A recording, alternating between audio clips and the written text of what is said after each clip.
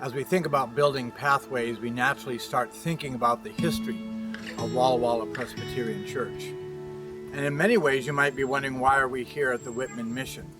That's because the history of Presbyterians in the Walla Walla Valley really began back in about 1820. Marcus Whitman was a young man of 18 years old, and he went to a revival at a Presbyterian church. And there he committed his life to Christ. And as he went back and informed his family of that commitment and his desire to be a missionary, they kind of scoffed at him and wanted him to go other directions. Well, as with all of us, life takes a certain number of twists and turns. And rather than going to seminary, Whitman went into medical profession, and he still had a passion for missions. And so later on in life, he would combine together his medical profession and his missionary passion. And most of us know the story of the Whitmans here in Walla Walla. And that's the beginning of a Presbyterian presence in this valley. We have an opportunity to continue the Presbyterian presence as we think about building pathways. It really was Marcus Whitman's great desire to build a pathway for people to God. And in many ways, that's what we continue to be about today.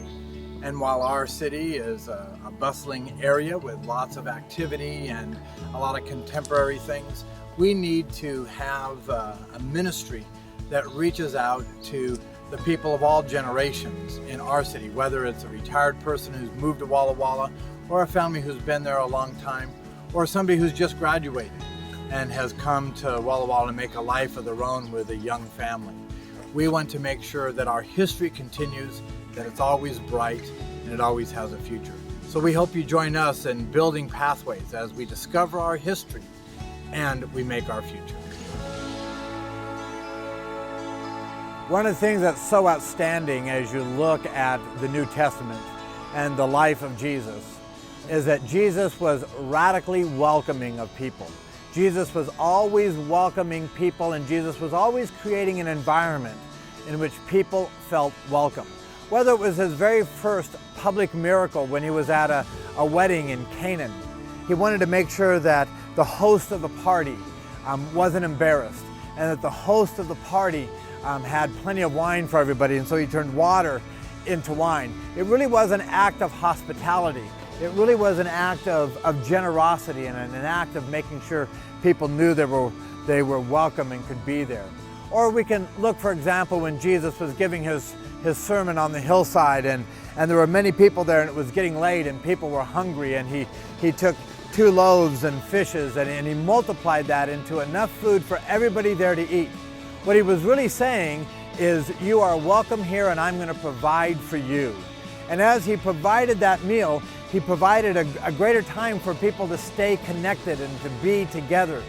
Or he was entering into Jericho, and as he entered into Jericho, he came across a tax collector, somebody who wasn't very well liked by the rest of the community.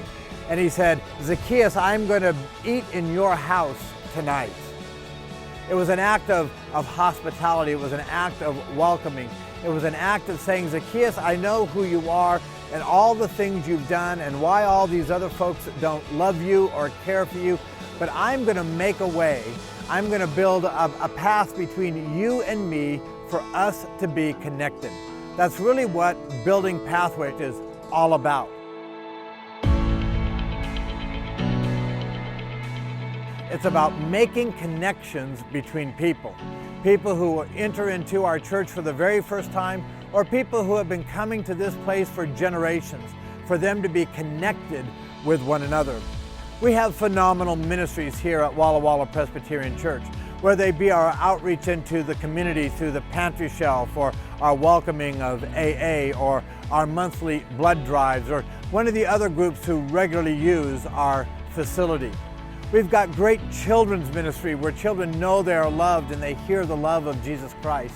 And they're able to learn the stories of the Bible and think about what they mean for them and themselves. We've got amazing adult ministries with Bible studies that go on almost every single day of the week. There's a Bible study, a small group, a place to be connected.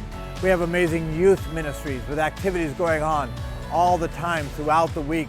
We're constantly serving here at Walla Walla Presbyterian Church. Sometimes we gather here in our building and then we spread out to serve. Other times the service happens here, whether it be a group of ladies who gets together once a week to sew, or our youth group that comes and they rehearse a skit that they're going to present at the Christian Aid Center. Our facility really is about caring for people, it's about doing ministry.